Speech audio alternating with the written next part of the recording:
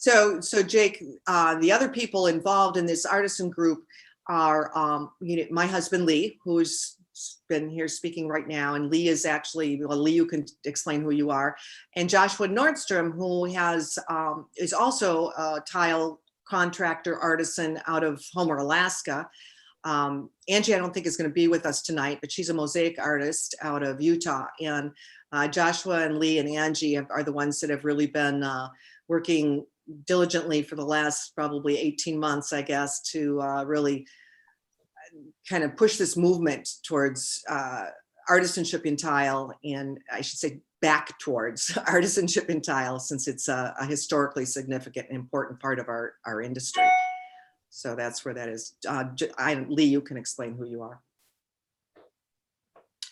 Well, I think most of you know who I am, Lee Callowert at Dragonfly Tile and Stoneworks. And as Jane said, this is something we started a while back, just because we saw a need. There's a huge void.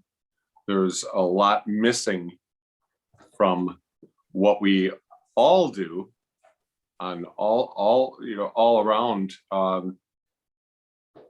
that was forgotten, from making handmade tiles to installing handmade tiles to creating mosaics. It's all over the board. That's why it's important to have all aspects of artisanship in tile be involved in this community. There's a wide range of needs out there in our industry for education and information to make sure that we all stay marketable and we just don't fall off the wagon here because we're replaced by off-the-shelf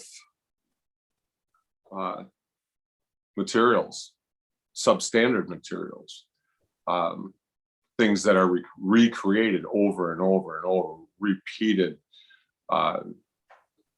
Those have no historical value. If it's been, if everybody can have the same thing over and over and over. So that's why it's important that we all kind of band together. It's very important. So I'm just glad that we have so many people willing to take time out of their day to come in and explain what they do and further everybody's education. So I just want to say thanks to you all for taking the time today to do this. It's important.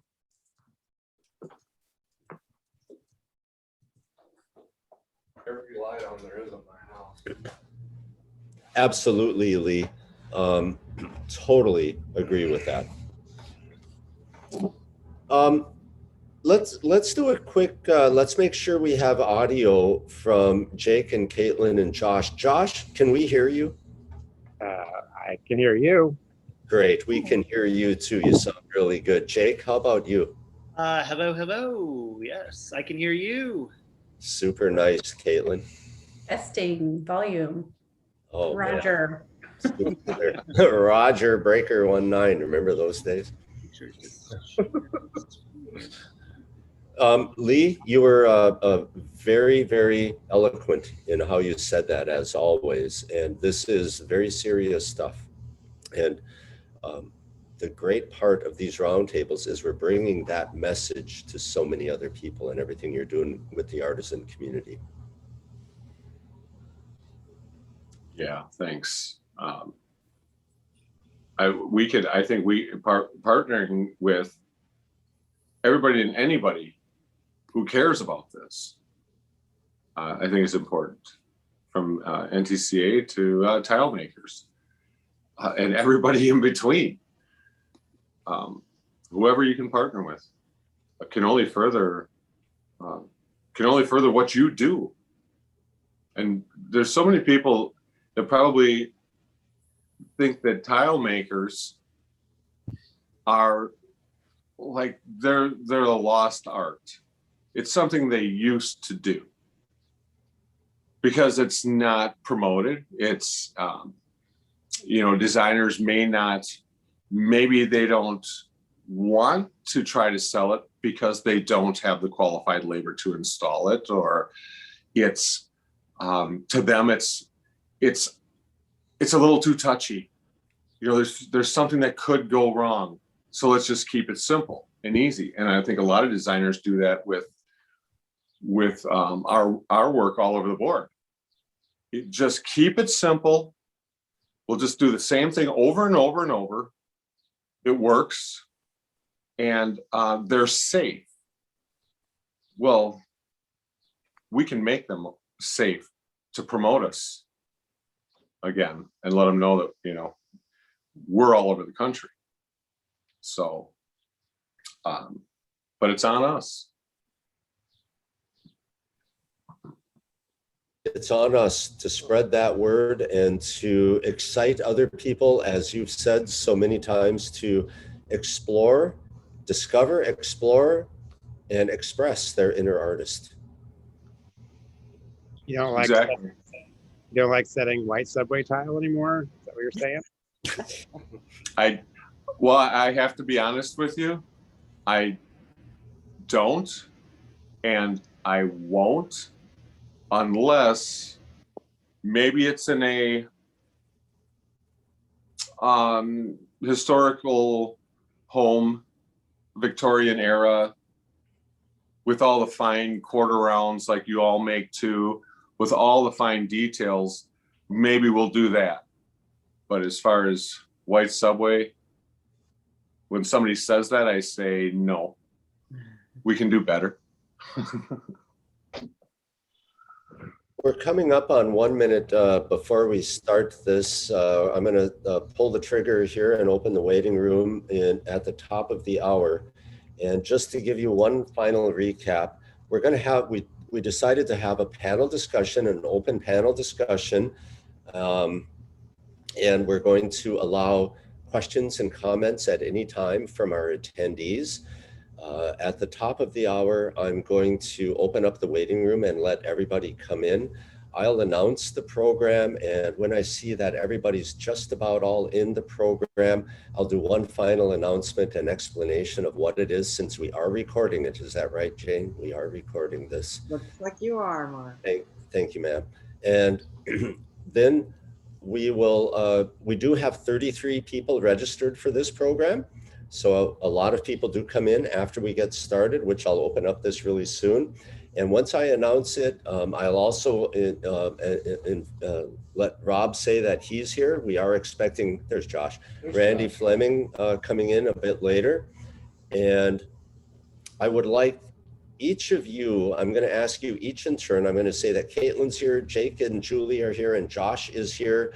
And then maybe each in turn, I'll give you a short period of time to tell us a little bit about yourself, your company, who you are, where you are. We'll move to the next person, and then we'll begin with our discussion. So we'll start with, I've got you written down in this order: Caitlin, then Jake, then Josh. Is that good for you? Great. And Jane and Lee, you're going to keep this conversation rolling as well. And Joshua, sound good? Sure. Everybody ready? Yep. Here we go.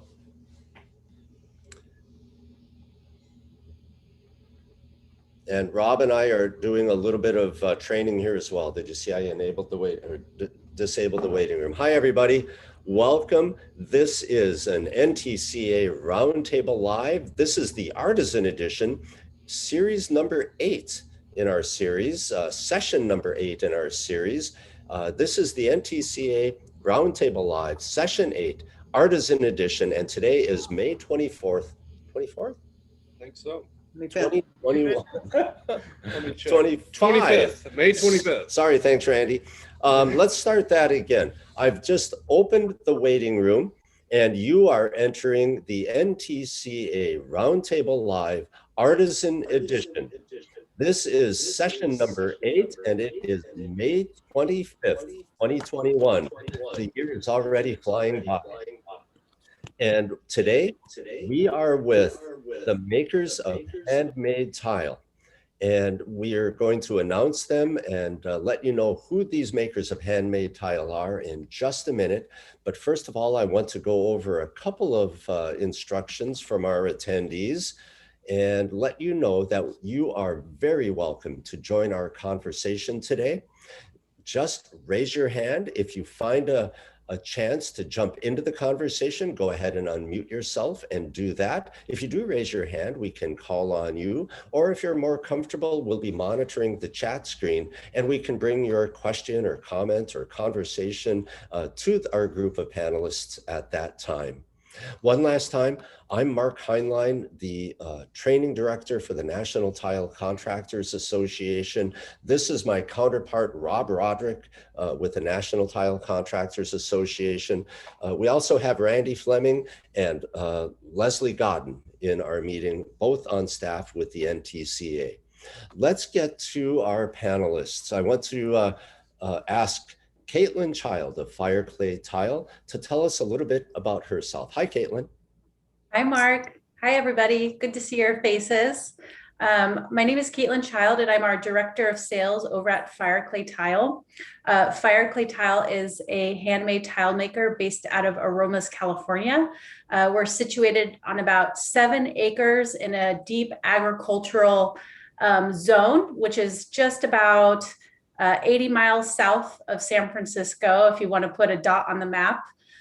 We've been making tile for 35 plus years, and we have a strong heritage of tile making and with a lot of our other fellow California tile makers. And we make a vitreous ceramic clay body. We also have a thin brick product that we glaze, and then we also have a glass line. Outstanding. Terrific company there, Fireclay Tile.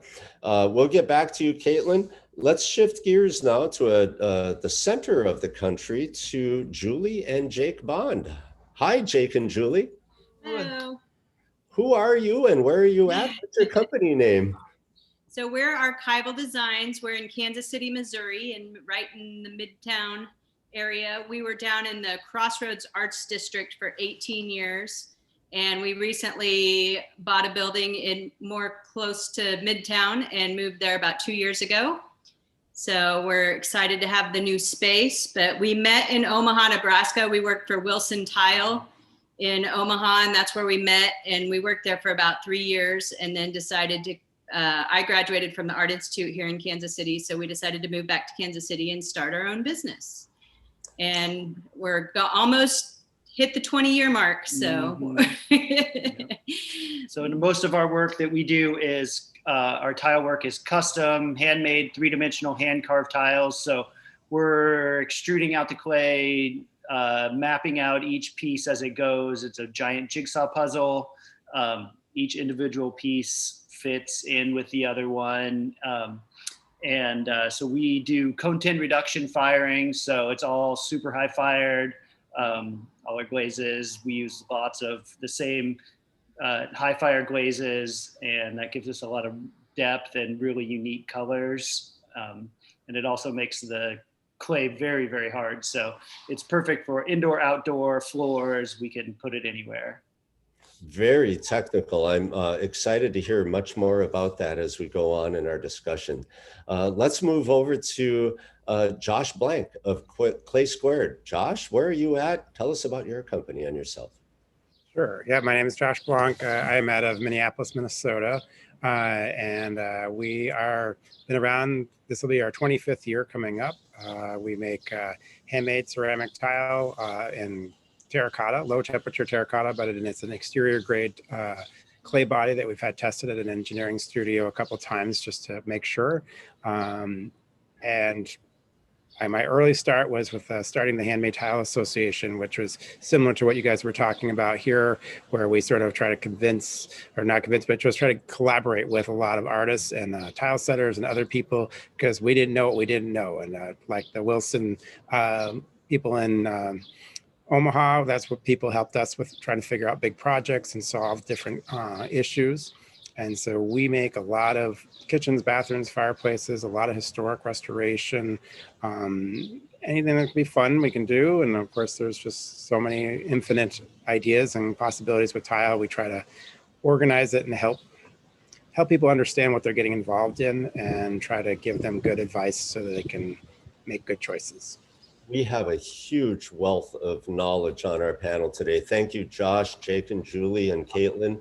I want to take a brief a minute here to allow our normal artisans, does that make sense? I don't know. I'm sorry, you can't use that word here, okay? Lee, Don't ever use that word again. I won't. And Lee, let's, for the rest of our attendees, can you tell us a little bit about yourself? Then we'll go to Joshua and then Jane. Lee? Hi, I'm Lee Calloward of Dragonfly Tile and Stoneworks here in Wisconsin. And we're glad to see you all here today. Joshua? Hello, I'm Joshua Nordstrom, up in Homer, Alaska with Tier Tile LLC. And we're just really excited to have this discussion today and talk about all the handmade side of tile. So I'm excited. I've dabbled a little bit in handmade tile, so I'm excited to hear what you guys all have to say. Can I call you normal? No. Jane, I can call you normal. Call me normal. They need one person on the team that's normal, I think. I know. That's why things work. I'm Jane Callowart, and I am Lee's Lee's my husband. And we are I am the business manager for our business, Dragonfly Tile and Stoneworks. I am not cool like all of you in that I don't make the tile and I don't install the tile. So anything but an expert in that regard, but certainly very passionate about this part of our industry. So I'm kind of the person in the background that tries to keep some things together. Jane, you are what I would call super cool. Yeah, me too. Right. Yeah. Thanks everybody for introducing yourselves. And I just want to remind our attendees that you can join the conversation at any time. If you find a break, unmute yourself, raise your hand, enter the chat screen, and we can get your conversation to the artisans, the makers of handmade tile. And let's go back to Caitlin and ask her about how, I'd like to know, Caitlin, you guys, you all talked about this. How is handmade tile different from the tile that Lee was talking to us a little bit beforehand in the green screen, the stuff that all of the installers like me and Rob do every day? We're setting 12 by 12s and 24 by 48s, and now we're doing these gauge porcelain tiles and everything's square and lined up perfectly. You know how the grout joints have to align. What makes your tile different between all that other stuff? We have character. There's a lot of variation that people need to navigate. So not only does that come in that fact that we're not modular, there's going to be somewhat slight variation between the size of the tile. There could be surface variation. A matte texture may not always be as smooth as another matte tile. There's also going to be a lot of color variation, not only within a batch of tile, but within trim, you might get that as well. We hand make all of our molding pieces. So really made from true artisans. Our hand painted tiles are literally hand painted material, glaze application. We say that our tile touches about 7 hands, sometimes more depending on what product people are ordering. So no automation. These are true makers that are making our tile. Wow, very interesting. So 7 people touching these tiles, do you have lines in your factory, or is it a factory? Can I call it a factory? It is, yes. So it's it's a pretty large scale. We say we bring handmade to scale, is sort of what we do. And so unlike maybe smaller artisans, our company is 180 strong right now. So we have over 100 people in our factory working around the clock. And so, we're pumping in multiple thousands of square feet of tile. We do have an extruder that has all of our forms. And then after it gets extruded, We run them through a kiln to create bisque material, and they're dried, and then we glaze them. And we have a couple of different kilns that we utilize. We have a roller hearth kiln, and we also have large blow kilns, depending on what glazes that we're firing. And then for hand painted products, we even use little Scott electric kilns. And then we have hand sheeters in our mosaic departments. And also, like I mentioned, our hand painted department, we have people there that are really screen printing tile, a pattern on there, and glazing them by hand. So I recently had a conversation, that sounds really cool, with Noah Chitty of Crossville Tile. He's the director of technical services and a mentor of mine. And Noah was telling me, and I've seen his factory where the kiln is 300, 400. He couldn't even remember how long it is, gas-fired kiln. Is yours something like that? Or is yours something more where these 7 people or 180 people put it inside this electric kiln and it's fired? So a roller hearth kiln, I might have to call a lifeline, but I'd say that probably the length of it is, it's probably anywhere between 50 to 75 feet long, but then we do have lines that feed into it. So they operate on a conveyor system. Whereas our blow kilns, we have, if you see this image behind me, these are saggers. And so we're stacking and then we're loading those. And our roller hearth kiln typically takes about 80 minutes to fire a batch of tile, whereas our blow kilns are usually a day, and then there's a cooling process there. So we have one electric, one gas. Okay, that's really interesting to me. And there is a line of distinction between the 2 types of tile. And I've got more questions, but I'm going to come back to you on that. Let's go to Josh. Josh, what is your process for making your handmade tiles? And I'm curious about, do you have a line of tiles that you sell, or does it come out of your head, or do you get orders for tiles? How does all that work? Yes, we do sell. I guess the best way I could say is that I have about 5 other employees. Our space is only about 3,000 square feet. And that's a major upgrade from 2,000 we just bought a building a couple of years ago. And so we added that. And right now we're the busiest we've ever been in our entire lives. You know, it's just totally insane. Like many of you, I'm sure. Our process, we use an extruder. We've always used what's called a North Star extruder for a really long time. And we just bought what's called a Peter Pugger extruder. It looks like a big, we call it Wilbur. Looks like a big space pig, and he just spits out some tiles. So most of our projects are, anywhere from 10 to 300 square feet on average. We either when we roll them out, then we'll either stamp them. I use a lot of stamps that I've found all over the world that are great for just patterning, or buttons, antique buttons, or other sorts of things that are just fun, and then carve them into different designs. Or what I do a lot of was I call my cosmic clouds, which are more abstract painting sort of designs. So each one is very different from each other. But most of our lives, we are trying to control everything. So when I make a cosmic cloud, I'm not in control. I know that, and I allow that process to happen. I think the best way I can say is, you can't just open up to everybody and just say, "I'll make anything." People ask me to make fish or chickens or fruit, and I'm like, I can make that, but it's not going to look like what most people imagine to be a fish or a chicken. It's going to look very, very abstract. So we have catalogs and we have planning guides to help people sort of navigate what this is. And so people can choose their colors, they order samples online and they get them shipped to them. And then they get the catalog and we sort of work through the process. Most of this is getting good photographs to help people sort of imagine, because there's just too many possibilities. And so once we can narrow down what their house is like, what era their house is, what kinds of things they like, it gets a lot simpler. And then they can either order online or call us up and we can make the tile. So is everything you made, then I just want to understand clearly, everything you make is custom ordered? Custom made, custom for a job? And wow, that is incredible. So, I've checked out all of your websites, and Josh, I got to tell you, that cosmic cloud concept, that's pretty cool. I like that. I see what you're doing there. That's really neat. Let's go over to Jake and Julie for right now. Uh-oh, Julie, looks like you're alone for a second. We'll take you off mute. Do you, what is your process for making these tiles? And if I understand correctly, you install the tiles you make too, is that right?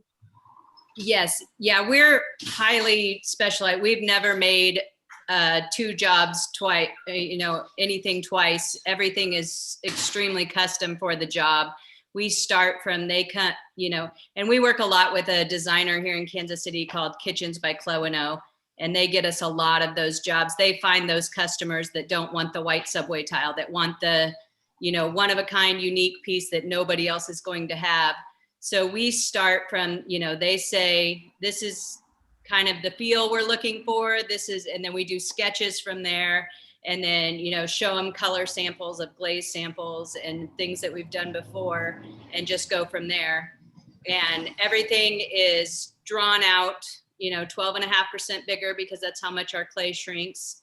And it's a giant paper pattern. And each tile is completely different, and it fits together with, we specialize in 3-dimensional. So it really looks like, you're walking down a street in Paris, or we're working on an Amalfi Coast in Italy scene right now. And just whatever the customer wants, we start with an idea from them and then go from there. Wow, that is amazing. We have a question. Oh, I've got a question for all of you. Rob and I travel across the United States. When we're in your towns, can we come visit you and see your operations so we have a showroom in the front? So our building is about 3,000 square feet too. And we have a showroom in the front of ours. We're also potters, so it's pottery and tile in the showroom. And then our workspace is behind that. Okay, great. Banker hours, basically. Banker's hours. Okay, gotcha. Well, we'll make an appointment. We would love to help bring this message, your message for all of you, to the people that we get to visit with all over the country. I see our friend Anthony Moses had his hand raised. Hi, Anthony. Great that you're here with us today. Do you have a question for the makers of the handmade tile? Hey, everybody. How y'all doing? I did. Please excuse me if my question seems foolish. I always consider myself an educated baby in the industry. I see a lot of people soaking tile. People still soak tile. So I was curious from the makers if this is a method that y'all suggest. Is it necessary? Is it recommended? I know we got a lot of different thin sets out there. So I was just curious of how they feel on the method of soaking tile. So our makers of handmade tile, this is a question that Rob and I see on social media, and we get this asked fairly frequently. Soft body tiles in particular, people see that back when tiles were set in the wet set method with pure Portland cement, tiles were soaked so that we could get a good bond, right? But since then, our adhesives, our mortars, our bond coat, they've really come a long way technologically speaking. There's a lot of polymers and different stuff in there. And in fact, this is one of the questions, Anthony, this is a terrific question. It's one of the ones I had written down. What do the makers of handmade tile recommend for our bonding your tile to our substrates? Do they require practices like soaking the tile to make sure that they're wet? Or do you require what we call an ANSI A118.1 mortar, a non-modified mortar? Do you need a modified mortar, improved modified mortar? Caitlin, can you start us off on answering that? You bet. So we recommend using a modified thin set mortar, so a polymer blend. We used to have another clay body that we would seal before we shipped it out to customers. We typically don't recommend that unless people are using it in a specific steam environment. Otherwise, we just recommend that people seal grout and tile. And one thing about our handmade tile is the main thing that we come across is more staining with grout than anything. So we typically recommend people don't use contrasting grout. But no, we don't recommend that you need to soak the tile. because of the body of the tile and the unmodified mortar, that's going to do the job to bond it to the substrate. Josh, do your tiles work in that process as well? So I'm not a tile setter, so I don't have the experience of going out there, and that's not a question a lot of people ask me. But I work with Jan Hahn from Hahn and Hahn a lot, and she's literally installing bathroom tiles for our own house, and we use Superflex from Tech, and that seems to be a real, that's what we recommend. Whatever the tile setters of Tile Council of North America and National Tile Association is going to recommend, that's what we go with. When I just do mock-up boards and other things, we have never soaked tiles. But I like the tutorial that you said about the Portland cement. It's always good for us to understand so we can sort of guide people a little bit. But modified thin set mortar is what we recommend all the time. And natural gray grout, sanded grout is what we always recommend. We'll come back to that grout question. I've got more questions about that too. But that grout or that thin set, that bond coat that you mentioned, Josh, I think that's at least what we call an ANSI A118.11 or possibly higher. So that's got a really highly modified content to it, Anthony.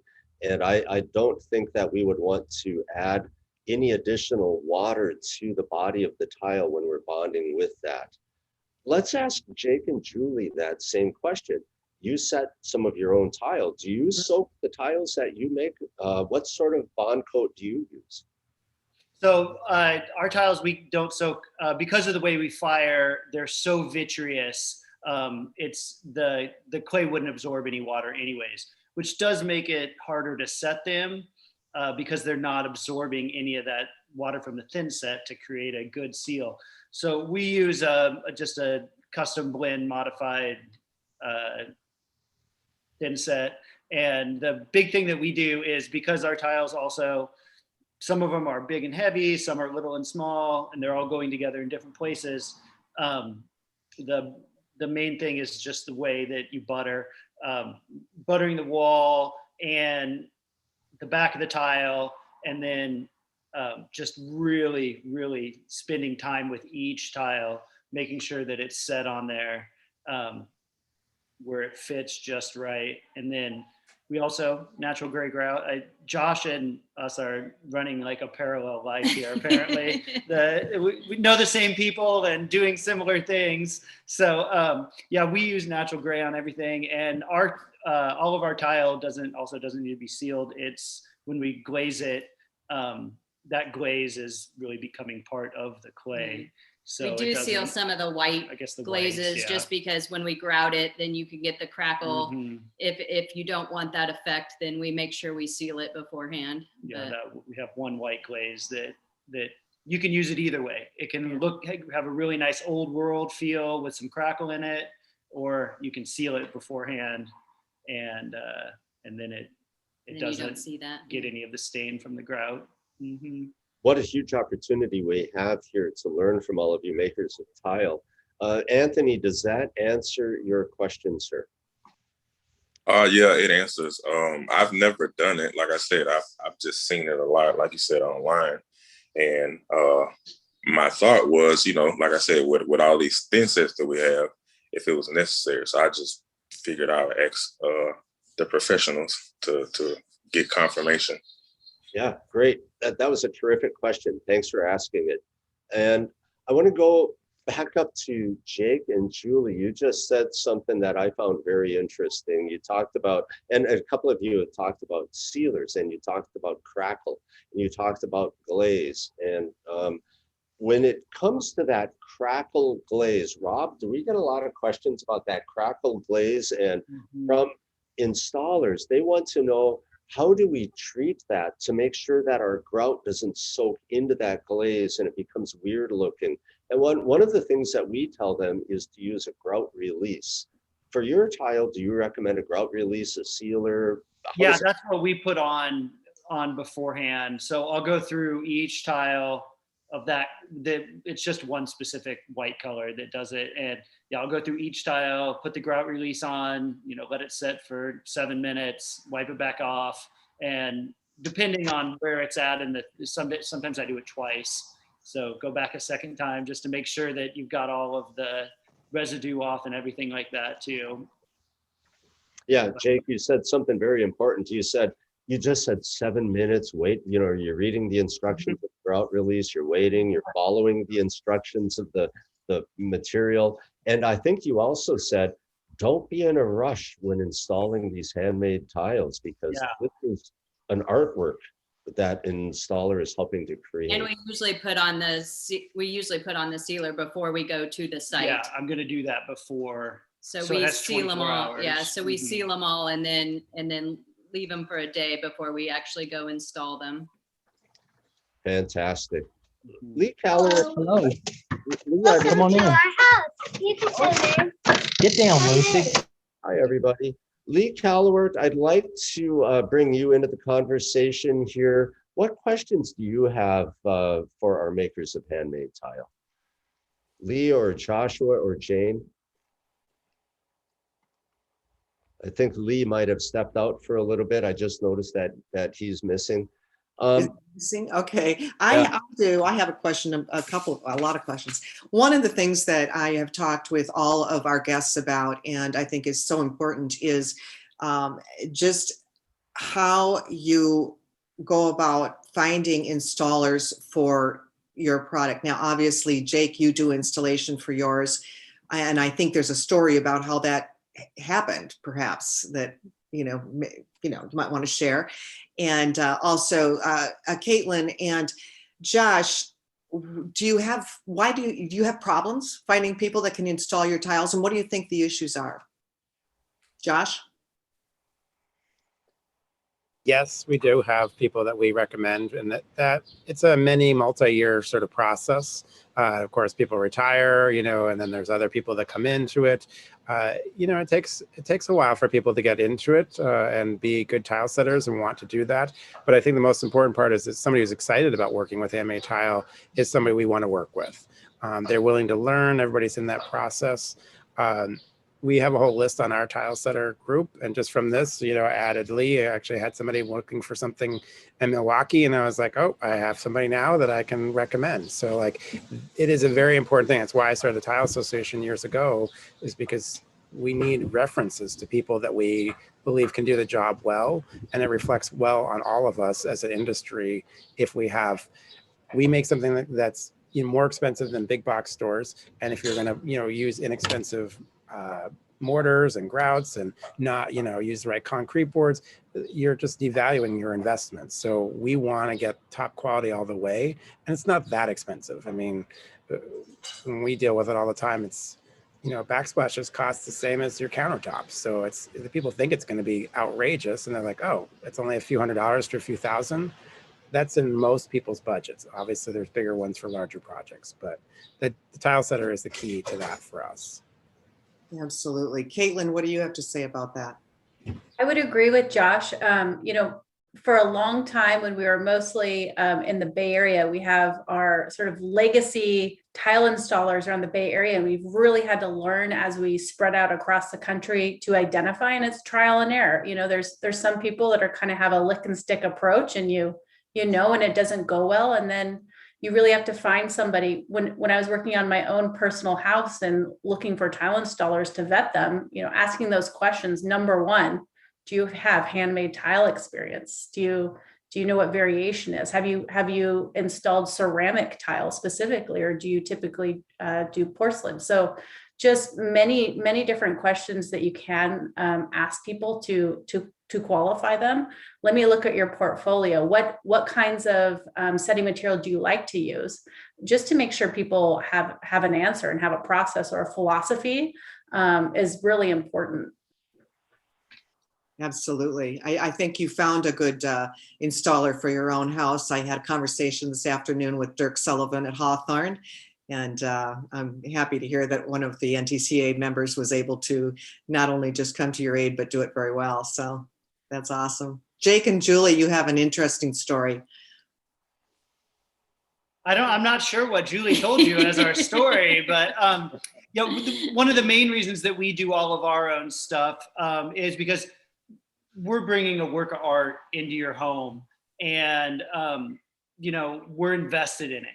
We're invested in where each tile goes and how that we use the grout joints as part of the design too. So a building is curving around and the grout joint has to follow just perfect. And maybe the trees, we want a little bigger grout joint in so that it's going to separate that area from a streetscape or something like that. So it's just that the main thing is that we know exactly how we want it to look. And because it's such a unique shape and style that the installation is part of the art process of making it. Just because of that, we have sent them places and we make the customer sign a waiver. This is custom tile. Obviously it's, like you said, there's going to be variations in size, everything like that. And it seems like just about every time we do that, the owner comes back and says, this got screwed up. We need to figure out how to fix it. And so we end up having to redo stuff or go in there and fix what went wrong. So. Well, that's the story that I was referring to, really, was that, you need to be able to, all of the handmade tile makers need to be able to trust that they are taking their masterpieces, whatever those are, that have touched 7 hands or have been, so lovingly cared for and designed and made, and be able to trust that it doesn't fall apart at installation, not the tile, but the whole project.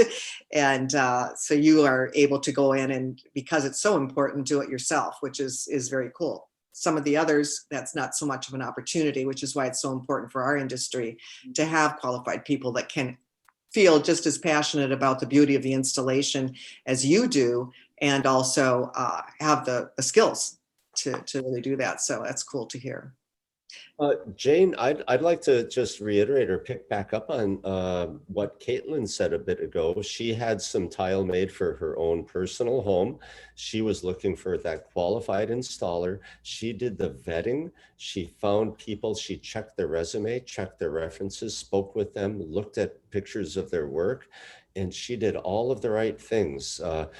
It turns out that an NTCA 5-star contractor with certified tile installers and fit all the bells and whistles really pays off to be a tile contractor and work across the board with all types of tile situations. And Caitlin, congratulations on knowing how to do that properly. We're really working hard to have consumers educated to do exactly what you did. Great job.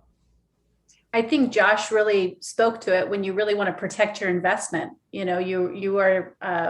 tile is such a visceral connection with your space, and it's the main focal point in a lot of kitchens that people invest in, and so you really want to make sure that somebody's doing it justice, so it will last a long time.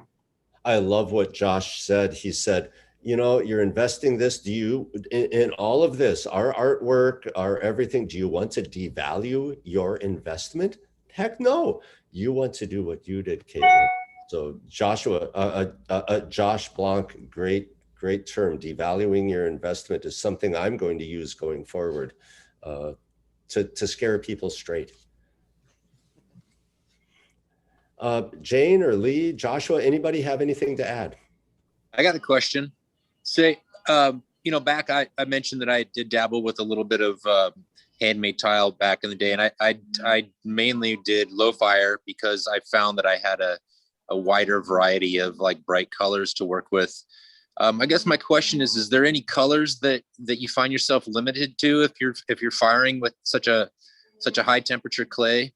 I knew that like reds were really hard to get to come out true to the red that you wanted. And I found that, sometimes, being on a different, I would fire with a little Scud electric kiln. I didn't have anything big like you guys are using, obviously, but, I found that sometimes just tiles being on different shelves with a little bit of temperature change, they come out 2 different colors. Is that something you guys fight with, or do you have that down to like get them out perfect every time, or how does that work for you?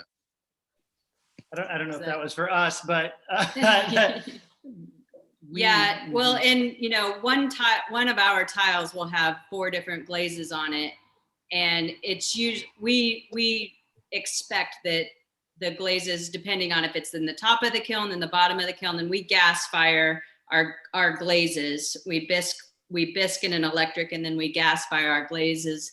And so, like you said, copper reds are really hard to get, and they only come out in certain spots in our kiln. But we know that going into the job. So we never do a big field of red that if we want it to all be the exact same color, we know not to put it next to each other, or not to put it in a separate spot in the kiln, or put it with another glaze that can't go in that spot. And it's a lot of, but we also tell our customers going into it, this is reduction fired glazes, which means every single tile is going to have a little bit of variation, and that's what makes it cool. Mm-hmm. So they understand that going in. Mm-hmm. So that's kind of how we've been using the same kiln for 20 years. So we know exactly where to put things to make them come out the way we want them to come out. If we want our black glaze to come out a little more matte or more shiny, we put it in the top rather than in the bottom. So we have ways around that, and we actually use it to our advantage to make, one glaze look 2 different ways. And you probably have special mixes that you guys have come up with to kind of set you apart from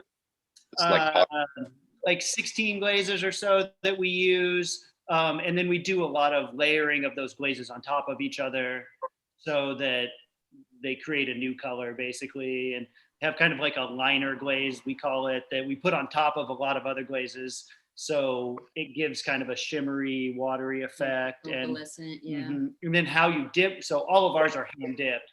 As we dip them, how you shake it changes where the glaze is and how it looks too. So you're shaking to make one, you want the water to look like it's cresting this way, and you shake them all that way so that it's a little thicker on that side, and that's going to give you that look as you go along. So the glazing is just as much a part of the firing of the art form too.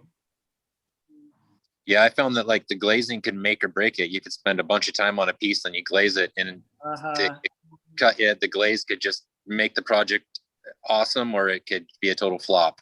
Yeah. Yep. That's Yeah.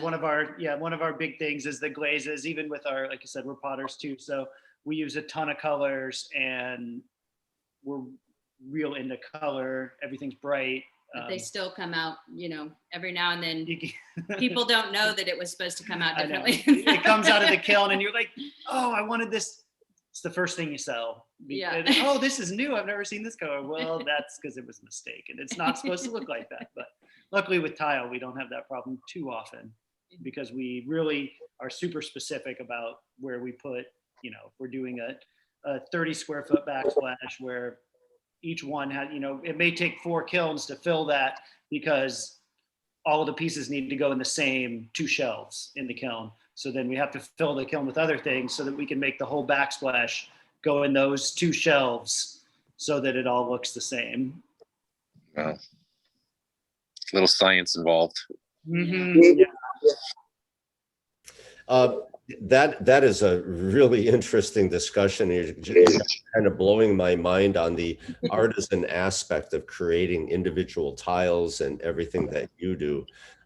Really amazing. And we've got a comment here from Elizabeth who says variation in color is one of the beauties of handmade tile, in her opinion. And I'd have to agree with that opinion.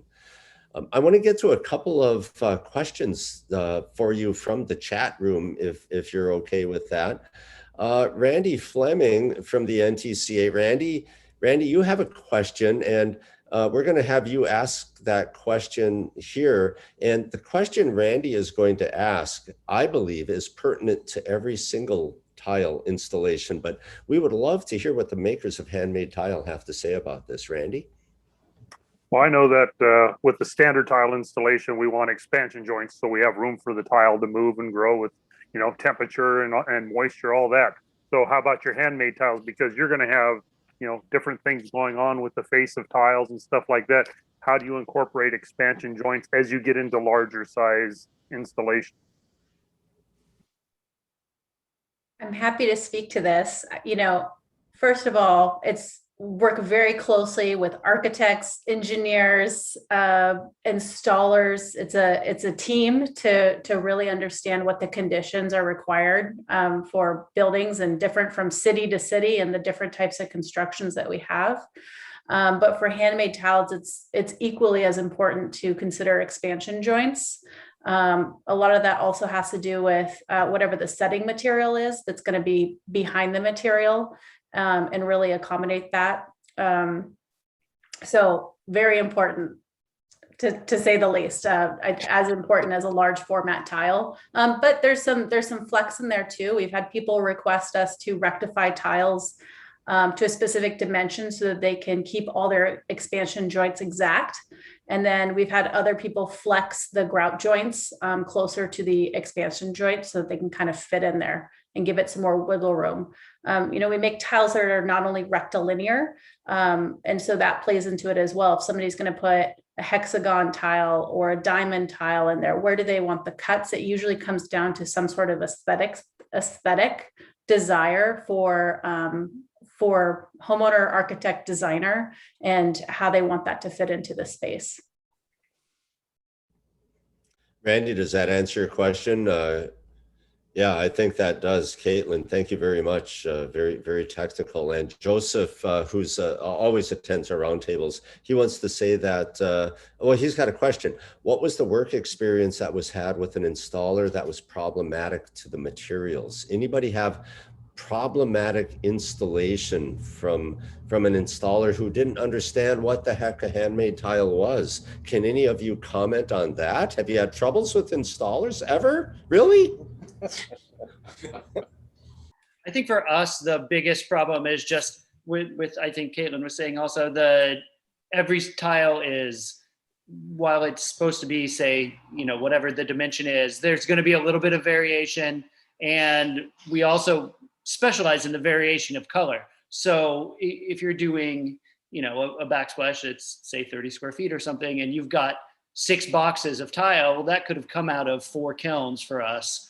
So each one of those is going to be different. And when I pack them, I'm trying to give you some variation in there already, but you're still, they need to be pulled in. Maybe when you pull them out, you look at it and you go, oh, I'm going to save this one for over there. You can't just pull in place, pull in place, pull in place. Each one has to go through, and maybe beforehand, I'm setting up 15 tiles on a board and looking at them.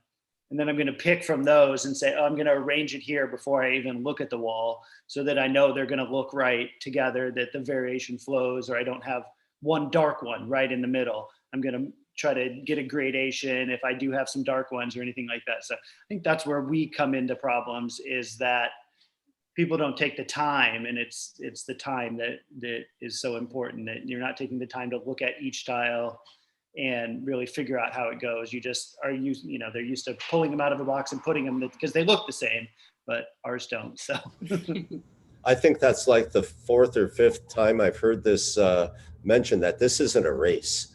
This is about installing a piece of art, and it's very important. John, I see your hand raised. I'm going to get to you right after I go to Leslie Godden.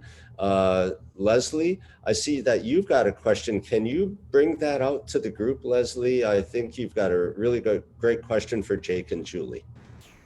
Oh, hi. Yeah, I was just wondering if you have other people that are helping you to create your tiles, or if you're handling everything yourself. It sounds like there's so much attention that you're giving to your design and the creation of the tile. It sounds like you're just doing it all, just the two of you, but I just don't know if you are. So I just kind of wonder. It's really all Julie. I do the installation, I do a lot of the firing, but she does everything, all the design, all the making. Wow. Awesome. Yeah, I heard that you hand pack them into the cartons too. Yes, no. I'm the grunt labor when it comes to any of the tile stuff. Julie does it all, and no.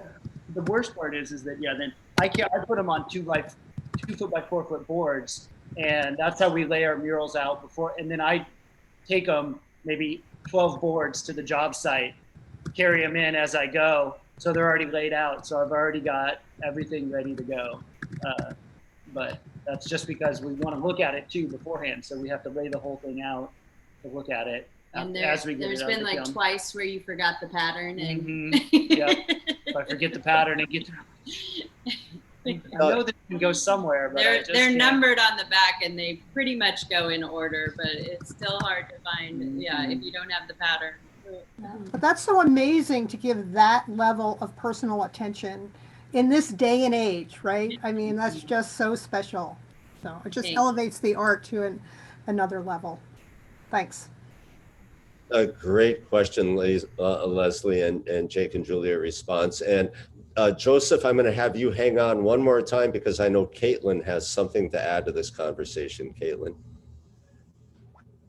Yeah, so just related to installers and some of the things that we're up against, asking questions, you know, in every box we have install guidelines. And so sometimes it's just read this piece of paper. And what we typically find are sort of the top three things that come to mind are, one, as Jake was talking about, color variation. So it could be a 200 square foot install. It could be a 10 square foot install. If somebody doesn't order enough material, they could have an add-on. Well, depending on where it was placed in the kiln in the batch prior, it could come out a little bit different than before. That's within our typical range of variation, but maybe not the typical range of variation for that specific installation. So that's something to consider. The other thing to consider is that with handmade tile, we typically recommend a specified 3/16 grout joint.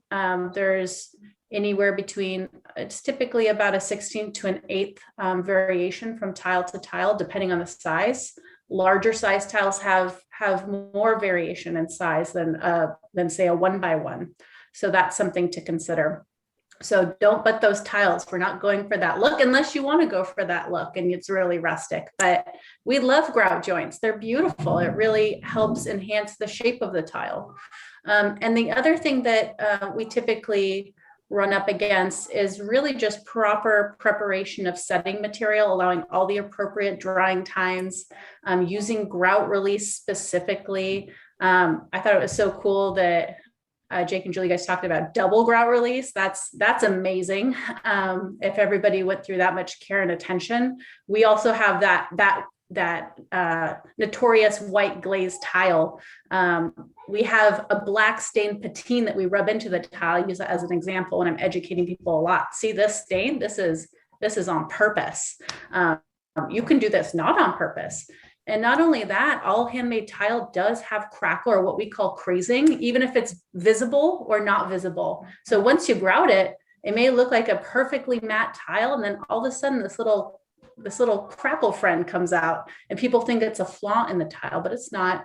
It's just part of how the tile, the glaze expands within the kiln when you're firing it. So those are just all those educational components that we try and guide people through. Caitlin, I don't know if you noticed, but me and Rob are back here in the background. We're nodding our heads up and down. This is all important information for every tile installation, and you're hitting it spot on. Thanks for adding that. John, I'm going to come to you. I want to point out what Nadine Edelstein said. She said that layout is so important. Do a mock-up. I know everybody on this call is going to understand the importance of doing a mock-up. Incredibly important. John, what do you got for us, John? How's everybody doing today? We're Hope great. everyone is well. Thank you again. And I don't know if you all have already gone over this by chance, but I was wondering with the water absorption and what is typically recommended, like with encaustic tiles, having to soak them 24 hours prior to the install so that everything adheres right. With handmade tiles, do you all see anything recommended of that process, or is it kind of just dependent on each specific tile itself? Can the makers of handmade tiles sense a theme from our installers here on that question? Can you hit it again? Josh, maybe can you tackle that one? Sure. We do for our own tiles. We do not soak our tiles. We were talking about this earlier about the thin set mortars already have polymers and other different things compared to the Portland cement from the past. So we don't necessarily recommend it for, people just don't even ask us that. I think that is something that maybe other tiles, maybe Mexican tiles or other tiles that are much softer, maybe that's a normal thing, but for us, we have not had that as an issue or a question. Okay. And are you all using straight, like, what is the body of your all's material made of? So mine is an exterior low fire terracotta tile. So it's okay. Mhm. And ours is a low fire vitrified ceramic clay body. Okay. We're using a high fire white stoneware. Also, that's the clay body. It's our own clay body that we use, and it gives us the best, strongest, tightest tile. Okay. And so water absorption's already there as opposed to a cement tile. Mm-hmm. Okay. Yeah. That's our tagline when we're talking to architects and designers about the pros and cons of each material. It's just all the prep work, all the continued maintenance that's required with some of those other materials. Sure. All right. Cool. Well, thank you all very much. John, that was a terrific question. We love it that you're always here in attendance. I've got a follow-up question for our makers of handmade tile. I've heard you all talk about vitreous and non-vitreous and all these fancy terms that you tile makers use about your clay bodies and everything. And I also know this information is in the TCNA handbook in the first 53 pages. Can one of you please, for people who will watch this program in the future, explain what vitreous and non-vitreous is and maybe some degrees in between? Jump on in, anybody. I can speak to a vitrified clay body. So typically it means it's hardening to a glass-like substance on the top of the tile. So unlike a terracotta tile, which is going to be really porous, it's kind of hardened material. So if anybody wants to elaborate on that, now you're getting into glaze chemistry mode. So it means how much water can that clay body absorb, right? Basically. Yeah. So our clay body is, the particles are becoming more aligned as they're fired hotter and hotter. So what's happening is as those particles are becoming more aligned, they're getting tighter and tighter and tighter together. So that's where you're getting the difference in if it can absorb water. That's a body that hasn't been fired as hot or to a full maturity, and the particles aren't aligned as tightly. So that's really where you're getting that as you fire. And each clay body, if our clay body's designed to at 2322 degrees, that's when it's hit its point of maturity, that it's going to be the strongest and most vitreous. And they're low fire clay bodies, you can formulate the clay body to mature at a different level. So each one can be just as strong and vitreous at any level. It just has to be formulated different. You know what? Go ahead, Josh. Yeah, I would say, so ours is a terracotta, and so ours is vitrified under 3% is what the standard is as far as when it gets tested at an engineering studio. And what I've learned over the years is any clay body can get vitrified, most are not. So like when you go to any big box store, they're firing it to get the color that they want and to make it fast and cheap and make it out. For us, we can decide how we want to use it. And my goal was to make exterior grade, so I could do house numbers, or I could do, like I did the state capitol of Minnesota. We restored that. It was an outside project as one of my first projects. So you learn a lot not knowing that's part of the process. So, that's what you're trying to understand about what a clay body is. I refer to like cooking. You just want to learn how to make your bread.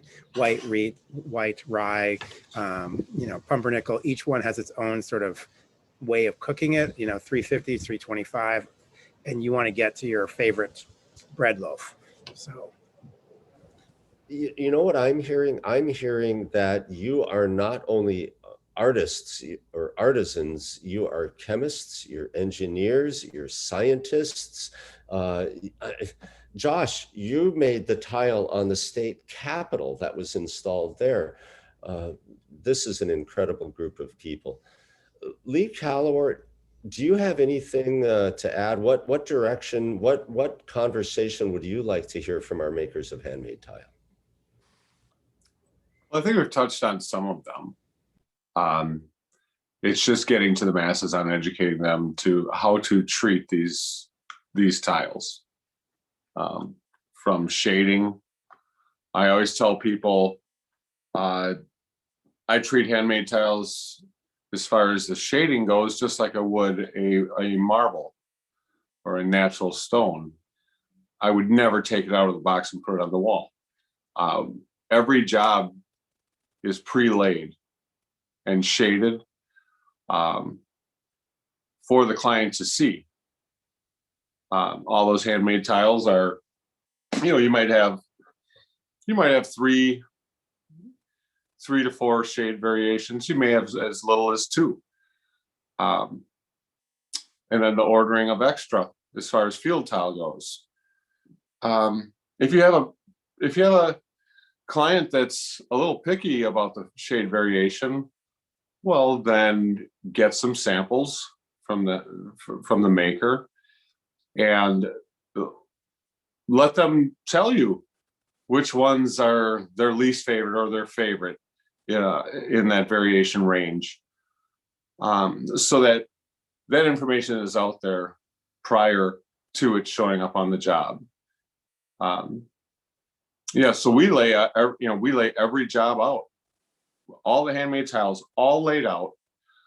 I don't care how many sizes it is, how many shades it is, and the client can come in and see it as is going to be installed.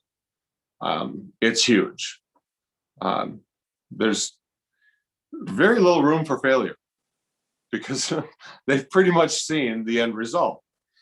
Down to just all of the pre-treatments that you all have talked about, the grout releases, the sealers, those things. Even the importance of some of these handmade tiles. I don't know if all of these, if this pertains to all of yours or not. Some I've found, they are sealed as they come out of the box and shaded, so that not even the thin set from our fingers setting them can leave a fingerprint. I've seen it, and maybe not yours, but I've seen it. So there's a long list, I really think, of things that's we should all put together, everybody's concerns and what can cause a failure. Those are things that we should be sharing with people. Lee, tremendous comments there. I want to bring in a couple of comments and questions from the chat screen from Annie. Annie, I sympathize. Annie says lots of nightmares with installers using really small grout joints. And Lee, that goes to something that you were describing and that Rob and I were chatting a little bit on mute. We're talking about grout joint size. There's a trend that we see that consumers of regular field tile want tighter and tighter and tighter grout joint. They hate grout for some reason. And grout is a necessary part of every tile installation. And as one of you said, grout is part of the design itself. So we need to understand that. We need to have the right grout joints, and a mock-up, like all of you have been talking about, fits the bill, answers the question, right, Lee? That's really it shows the tolerances. The tile will dictate to you what the grout joint will be. That, I mean, it's either gonna look horrible or it's gonna look beautiful. There's not a lot of gray area here. And if you lay them out, it's pretty obvious. But if you do not do that, and somebody says, I want an 1/8 inch grout joint, and you just start doing that, you're in for a long day, and probably the next day is going to be the bad day where you're tearing it out. Yeah, and then you're just hoping for payday, hopefully. Yeah. Yeah. Rob, did you have something to add? I was just going to say, Lee, that was some great, advice. And we give that oftentimes about mock-ups. They say a picture's worth 1,000 words, but a mock-up's got to be worth 10,000 words because they can see everything that's going to happen. And it's just great communication. And I think about, good communication makes for long friendships. And so what you described is what our people need to do, especially in a situation like that. So I really appreciate you sharing it. And another thing we've had is tremendous response and great relationships with makers of handmade tile. They're your biggest friends when you look at something and have question marks floating around your head, right? Well, all of these people, I guarantee you, would be more than happy to answer the phone and make sure that it's a success for everybody involved. Right. So, and we've had great success in working with people and just saying, hey, before we move further, what do you think? This is a little different than what I'm used to, because every handmaker's tile is a little different. I've seen many, a little different. The fronts might look comparable, but when you turn it over, there's some variances there. So that's another thing for people to do is when an installer runs up against any questions at all, don't assume anything. Call these people. They're going to be there for you. They want success for you and them. I love that. I love that. Don't assume anything. And our colleague Randy Fleming said, communication between the makers of the tile, the installer, the architect, the designer. Let's talk. Let's have a conversation. Let's take the time to do that. That's really, really true success. Let's see some comments from Elizabeth here. I want to look at the chat screen. Elizabeth uses clays with a low absorption rate, fired in a semi-high, and do not soak them. So I'm hearing a lot of, we don't really need to soak these tiles these days. Let's see here from Caitlin. Caitlin, I want to get back to this. I don't think that we heard this, something about twice fired tile. What's that? It's just the idea that we bisque our material first and we run it through our electric roller hearth kiln. And then we are applying the glaze onto the bisqued material and then firing it again. So that kind of contributes towards, there's just our overall absorption rate. We've toyed around with the idea of a once fired tile and kind of what that does. But for us, this is the way to go for more consistency and just better performance. And just kind of circling back, the one thing that we do say about our tiles, so we can, I don't know if anybody's doing kind of going back to installs and exterior versus interior, with our absorption rate and what we can apply to, it's typically we can go outdoors in non-freeze thaw conditions for our material. Brick is a whole other story just because it can pass the moisture through, but for our tile, it's not suitable for that. So there are other conditions just around different handmade tiles in terms of application and where is going to be a successful application versus not. Even when it comes to specific glazes and the performance with different chemicals, we are using different stains and raw materials that interact differently with different cleaning products. Oh, very great comments there, Caitlin. Thank you. I want to bring up something that our friend and fellow artisan here, Seth Reddy, made a comment or a question. He's asking, do you have any advice for someone who has a small kiln, no firing experience, interested in firing some hand-painted infusing glass? Are there classes he can take, Seth Reddy? What can Seth do to make some tiles of his own? Do you have any advice for him? How can Seth or somebody with the kiln get started? Be ready to have years of things not coming out right. Yeah, that's all this is experimentation. And when you start, that's what you're doing. You can go find some tried and true methods. If you're, it's very easy to, with YouTube and everything like that, you can find very good tutorials on how to fire the kiln, what to do, stuff like that if you're firing an electric one. But make sure the clay, like a lot of people don't understand that some clay bodies will melt into a puddle if you get them too hot, and some, some won't. Yeah. And just make sure the clay body and the materials that you're using and what temperatures they can go to, because you can ruin a kiln very quickly by firing something to the wrong temperature. Oh, so you don't just ruin the tile, you ruin the whole kiln. You'll ruin the shelves, yeah. Just the shelves mainly, but it's a big shelves mess. are expensive. Yeah. We've never done it ourselves, but that's why we don't let anybody use our kilns. We've had interns that brought a low fire clay body and put it in our kiln, and then it melts all over everything. Oh. I think taking like classes and workshops at like your local clay centers, and just, they're used to having, people just starting, you use their equipment. They're not going to let you like do your backsplash or do anything like that, but you're just trying to figure out, how does this work? It's like cooking, I mean, you just can't roast a chicken the first time. You're like, yeah, I got this down. You gotta, it takes practice. That's why we have Thanksgiving once a year to keep practicing. That's a great way to put it, Josh. Yeah. You're not going to catch me making the turkey. Wow. We've got some really great questions coming in. You know what we're going to do here, everyone? We're going to come back to this. We're going to let you catch up with our chat room a little bit. We're going to come back to some of these questions.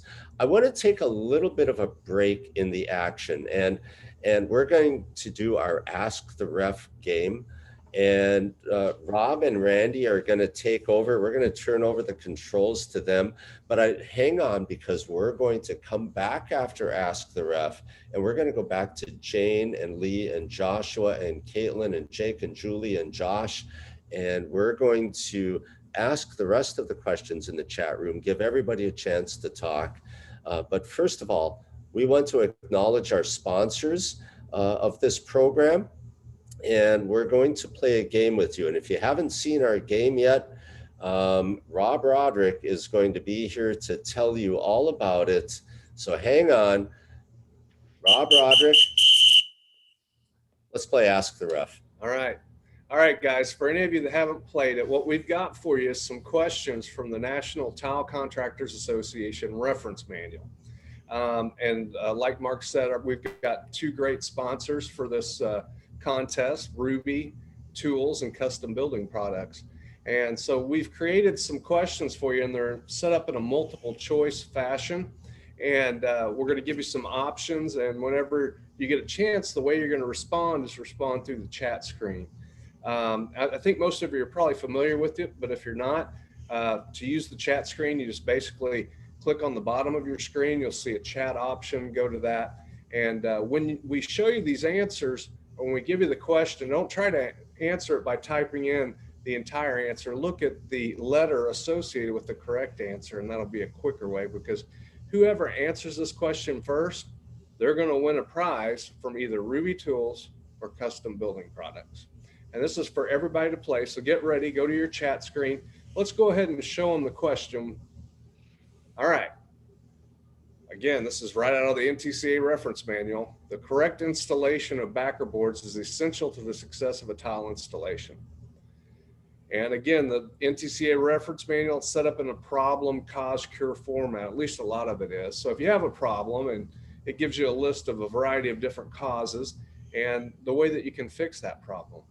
So in the backer board portion, the problem, cause, cure chart, what is listed as the cause for rust colored stains coming through grout?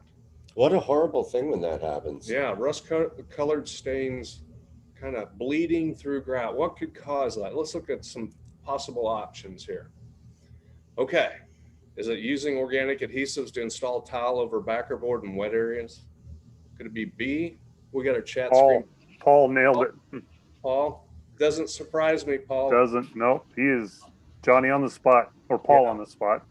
All right. Well, guys, thank you so much for playing. We'll go ahead and turn over to Randy. He's also got a question for you. So if you didn't win that particular game, Randy's got another chance for you. So stay tuned.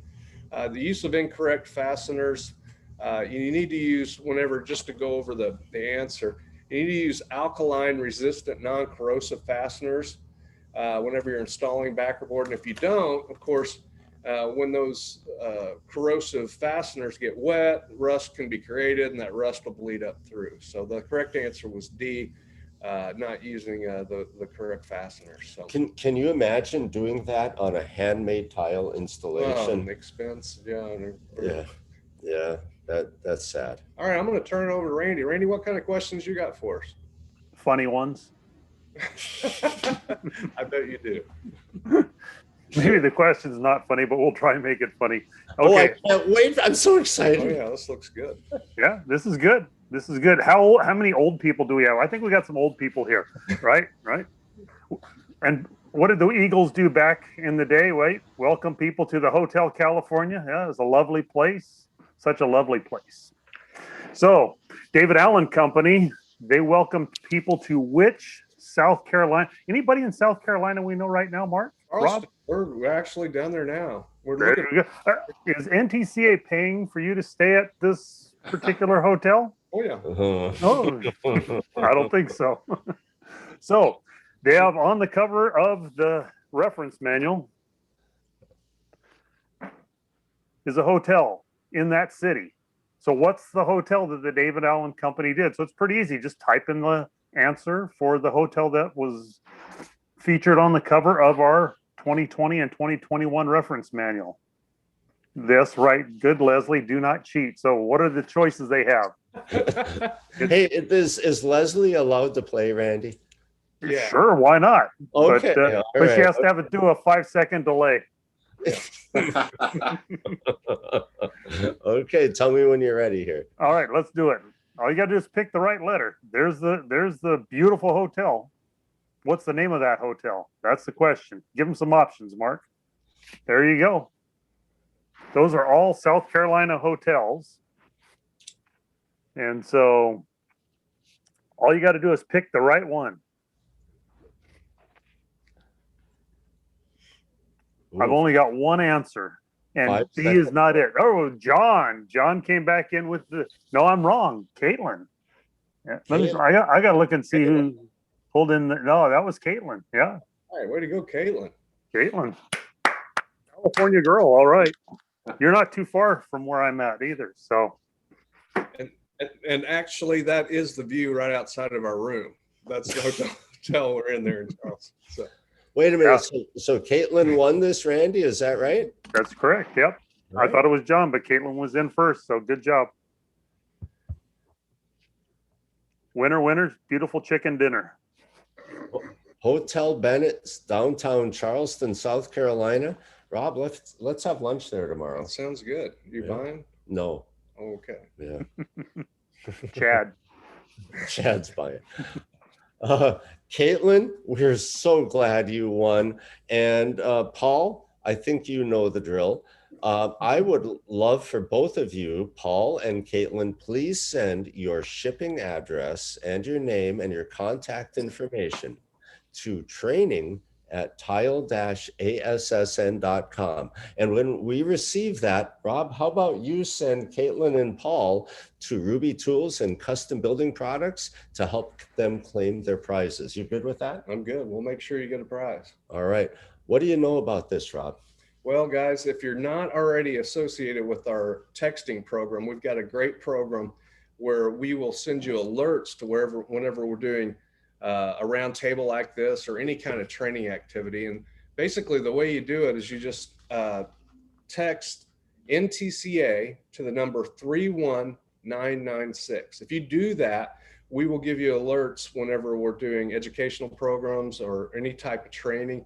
We're not going to bombard you with a lot of text each month. We'll give you just a few and let you know when we're doing stuff so you can be aware of it. So if you haven't done that already, make sure and text NTCA to 31996. And to everybody that's on this, that's already enrolled, I'm going to personally apologize for texting you at midnight the other day. I did. Won't happen. So the people that haven't yet, that's never going to happen again. So I forgot to check the AM PM thing. Apparently that makes a difference. So I apologize for that. So please opt in.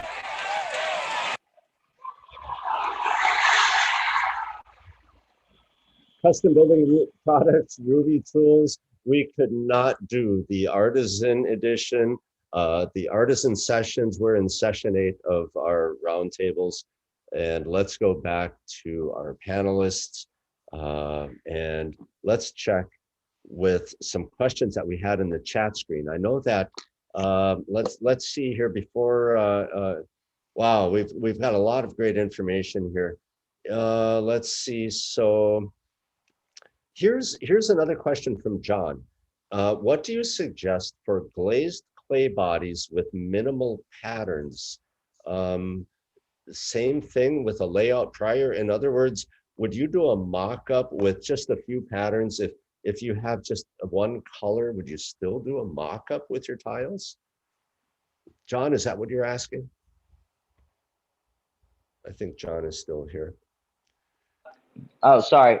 Yes, I'm just asking that because as there's, you shuffle through the boxes and there's 5 or 6 pieces in a box, and there's 2 repetitive patterns, 3 repetitive patterns that I've seen work where you often see that same pattern lined out, and it may just be something that I recognize.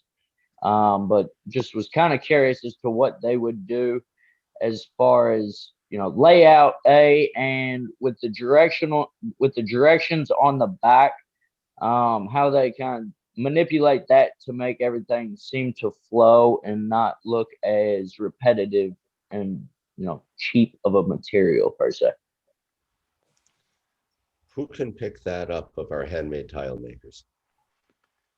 I can try and answer that question of just make sure I'm understanding correctly. So is your question less about color variation, but more just about the variation of the tile itself? Or yes, both? so more or less, well, kind of just like the pattern in it and what your end goal is to make the area look, as opposed to, because I've also done them where like you get done, it feels like everything's kind of just closing in because it feels all the same. And just for a way to kind of get around that, I guess. Yeah, I mean, this is definitely installer wizard expertise question, but just in terms of anecdotally related to some of our patterns, we have triangles, we have a fish scale tile, and the placement on the wall can make or break how that flows. So even if it's just one color, but it's a specific shape of tile, you still want to do a dry lay so you can understand how big the grout joint's going to be and how that lends into the space. So, we recommend a 3/16 grout space, but it could change. I am going to use my own house for an example. I had a 3-inch triangle put into a space, and there was a question mark if I was doing full walls, floor to ceiling on 4 walls that all connect to each other. So, there was a question mark of, is all that tile going to flow in naturally around, or is there going to have to be a visual pattern break? And how can we solve for that in that space? And so really you still should do a dry lay to understand, is it going to make it to the whole length of the wall? Is it not? Especially with shapes, are you going to finish that with a Schluter? Are you going to do a flat liner of the same glaze color? What's going to make it look like it's going to blend and aesthetically pleasing? Thank you very much. Thank you, Caitlin. Elizabeth Root from Northern California. I'm wondering if you would be willing to unmute and tell us a little bit about these community college programs that you're familiar with. If not, I'll just talk a little bit here. Elizabeth noted that you can take some community college classes to learn how to fire, to use your kiln, to not ruin your kiln, ruin the college's kiln. That's a great way to go. So that's a good place to learn from all ages and abilities right there, your local college. Vanessa, and by the way, Elizabeth, I really love your picture there that you have. That's cool. Vanessa, let's see. So she her time zone was kind of weird, trying to catch up with us. Vanessa, we're glad that you're here. Really glad. Keep joining us, Vanessa. Keep coming back. We've got a lot of great conversations. And Joseph, you got something else? I think we're talking about a twice firing plank tile, different sizes, bowed material. Oh, let me ask about that. You handmade tile makers. Does your tile ever warp in the kiln? Yes. No, ours has never warped one.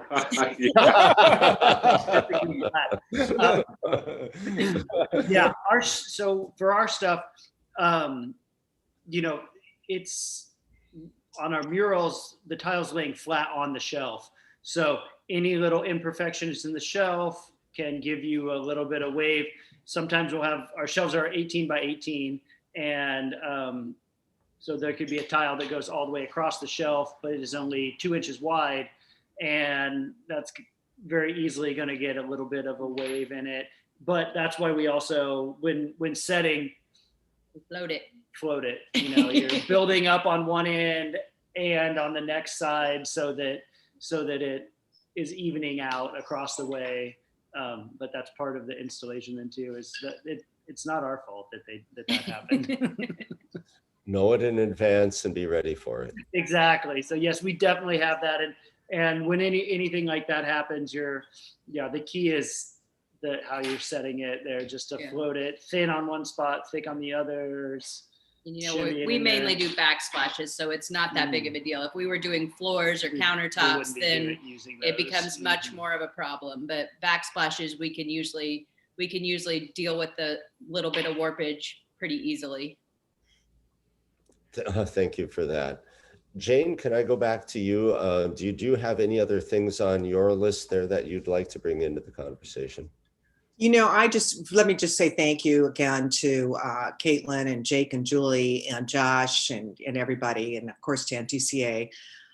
This is such a valuable conversation, and I'm big on education, and so I think a lot about just what a great partnership that we all can have in the industry as installers with all of the artisan makers. And I've watched, I know that you all do educate your customers, sometimes on a very personal basis, like Jake and Julie and Josh. I experienced it today because, by the way, we got that referral from you, and thank you very much. And also, Caitlin, your company provides just wonderful resources, both online as well as through your excellent customer service, to educate the consumer about what to expect and what they can expect out of their experience with handmade tile. One aspect of that, of course, is helping them understand that they need excellent installation. And we as partners in the industry can be doing our job to educate the client about all those differences and those things that are so important, so that when they do come to us, they know they're getting a good consultant. They know they're going to be in good hands, and that, for the industry, for this beautiful tile, which I think is so important historically and into the future, the fact that we can all come together to educate that consumer is absolutely paramount. But thank you so much for everything you've contributed here. I have a feeling we'll have some further conversations as we collaborate in the future. Jane, very well said. Yeah, great summary. Let's go over to Lee. Lee, do you have anything to add as we begin our wrap up of this really phenomenal program? No, I think this is where it starts. Hopefully this is just the beginning of the education part of this. Moving forward from here, the community that we can all have. The more that we're all in contact with each other, the more that we all know that you know, I know that you exist, you know that I exist, back and forth, is huge. That's how it starts. Knowing that there's a lot of you out there and there's a lot of us out there, and we can definitely help each other out. It's you, it's us, it's all of us. It's not them, it's us. Exactly. Yeah, great. Joshua Nordstrom from Alaska, a regular tile artisan and a true master. What do you have for us? I'm just really thankful for this roundtable. This has been really great. I've learned a lot. I'm sure just like everybody else has. And I just wish more people would install handmade tile versus this box store stuff that everybody's been forced to install these past 10, 15 years. So I just hope the trend will go back to the smaller handmade tile, to more artisan work. And this is a good step forward. So thank you guys for being on. Thanks, Joshua. Leslie Godden, editor of Tile Letter magazine. Anything to add? What do you have coming up for us? Well, thanks, Mark. This is wonderful information as I'm trying to formulate the fall edition of Tile Letter Artisan. So you're giving me really magazine. So you're really giving me some great ideas. One thing that I wanted to ask, though, is I know that you've mentioned that you're working with designers, but how do you let people know that your tile is out there, that they can choose your tile, that they don't have to go to the big box store and get the same kind of tile that everybody else has? How do you reach out to people and let them know? That would be helpful for me to know. The internet. Yeah. Okay, good. Josh says internet. Okay.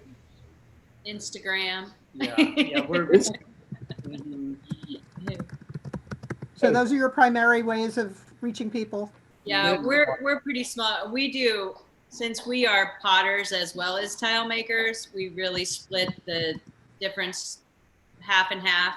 And so we go to a lot of art fairs and craft fairs and stuff like that. And sometimes we find clients that way. And like you said, the designers are really, you know, we have about 4 designers that really push our stuff. And we're very grateful for that. Great. Thank you.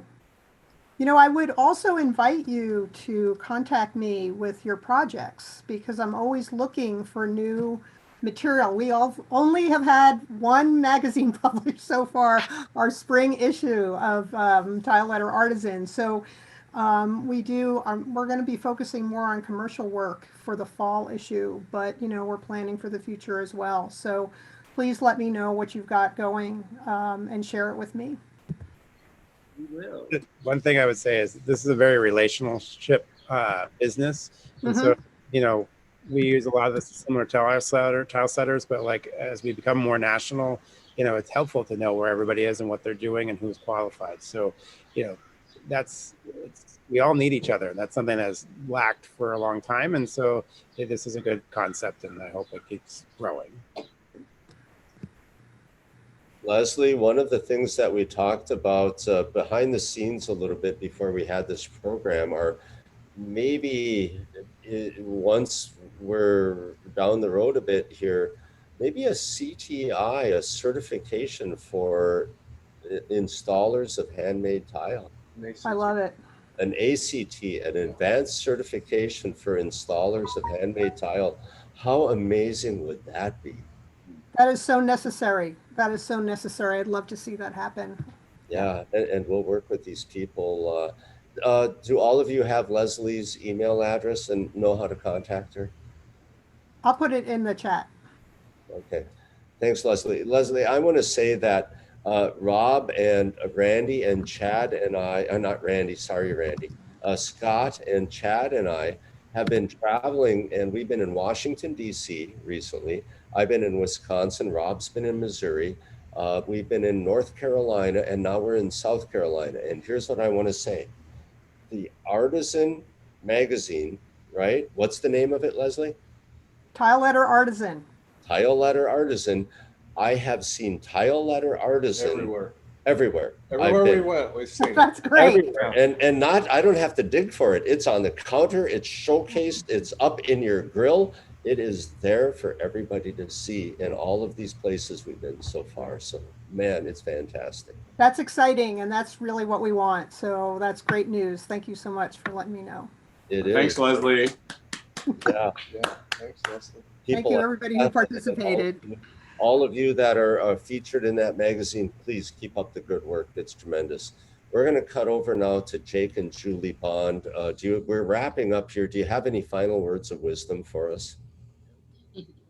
I think you should speak more on the installation. Yeah, I think like Josh said too, knowing where people are, it's to be able to have a database where I can say, you know, because like I have a job right now that's in southern Kansas, northern Oklahoma, that I'm going to drive down to and stay at and stuff like that. But if I had someone from the area that I could look up and say, oh, you guys, we could go with this person, that'd be so great. Because we've, you know, turned down jobs in places because it was so hard to find someone that was reliable in that area for us to be able to do the work, that we'd have to go do it ourselves. So it's great to be able to find, I think, a database almost where we have that listing where we can be like, okay, these people, we know them, we've seen their work, we trust them, and they're reliable to do it. And we'd feel wonderful to have them install the product for us. So I think that's really important for us to, as we grow, to be able to do that. And to the internet, we're always growing in places that aren't here. Yeah, thank you for that, Jake. You know, we have to begin. I really like this idea of an advanced certification for handmade tile and artisan and artistic tile. You can start with the NTCA member search on the NTCA website. You could start with the search for a certified tile installer on the Ceramic Tile Education Foundation Ceramic Tile Education Foundation website. So for now, that's what we have, and you can search there and vet the people like Caitlin did. Yeah, they both have prompts where you can put in a city or a zip code, and it'll give you all the NTCA members, all the certified tile installers, but you still need to go through the process that Caitlin went through. Exactly. Perfect. Yeah. That's Good to know. Yeah, for sure. But let's develop that database. I love that idea. Totally. You know, can I just also say too, Mark, not to interrupt? Go ahead. Just starting these relationships are so important. And, you know, Jake and Julie, you have my email. And if you're looking in a certain area, I'm more than happy to reach out to our membership and, you know, do some vetting, find out who are those people in that area. So it's relationships is really, really important. And I'm really glad that we started this one. So don't lose my email. Great. No, we won't. Phone number. Yeah, this is a great find. I can't remember who told me to post to this, to your page, but I'm really glad they did. We're glad you did too. This is the heartbeat. And Jane, that's right. Networking through the NTCA and the Artisan Group. That's it right there. Caitlin, how about you? Words of wisdom?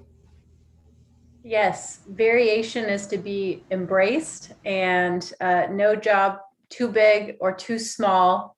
Lean upon your tile manufacturers to help guide you if you're in a pickle. And in turn, we will drill you with all the questions around what we can do to make your life easier in install. Thank you. Thank you very much. Very succinct, very perfect. Josh Blanc, Minneapolis, Minnesota. Can you wrap this up? Well, again, thanks for letting us be part of this. You know, I think that this has been around for 2,000 years, you know, so people with all, you know, been making great tiles, and we love to see the history of what's out there, and you guys are a part of that. So, you know, like I said, it's a circle, and we need everybody to be part of the process, and we want our product put up well, so it makes us look good. And it comes back to you guys as well. So everybody wants to be happy with all the work that we put towards this. So let's keep on meeting and talking. Let's do that. Maybe this is just the first conversation with our makers of handmade tile. Jane and Lee and Joshua and that team behind the scenes will discuss that some more. And I cannot thank all of you enough for producing an amazing, just information-filled program for all of us today. Thank you very much. Lee Callowart, final words of wisdom, anything to add before we close out the night? I just want to say thank you to everyone. It's been a great, great, great educational evening. Thank you, everyone. Tune next time. Join that NTCA opt-in text. I'll try not to text you at midnight, and we'll see you next time. Thank you. Have a great evening. And this is just the start of something special. Have a great night. Good night, everybody. Goodbye.